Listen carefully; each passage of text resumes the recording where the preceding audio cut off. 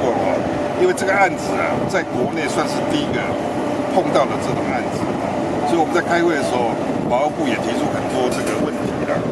那我们也希望借这一次啊，这个模式的哈，这个算是一个抽查模式哦，抽查船的模式。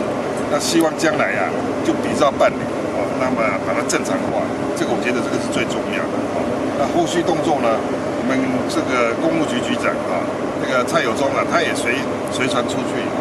那么谢谢我们分署长啊，那么带领的3艇3舰100多个兄弟啊，那么26个小时的执勤啊，这个让我们非常的这个佩服啊。所以县政府也表示一点意思了啊，那个有没有带那个？市长，报告。舰长，我们这次这样子以小博大哈，中间有没有比较危险的这个过程？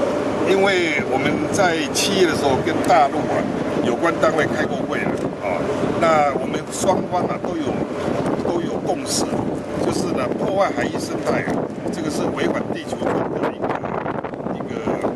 个界限啊，所以我们必须啊会跟大陆那边呢共同的声明，就是说啊共同维护海域生态啊是大家一致的意见啊，所以他们也要求我们抓到了这些资料传送给他们，他们那边也要采取一些动作，所以基本上啊，应该是没有摩擦。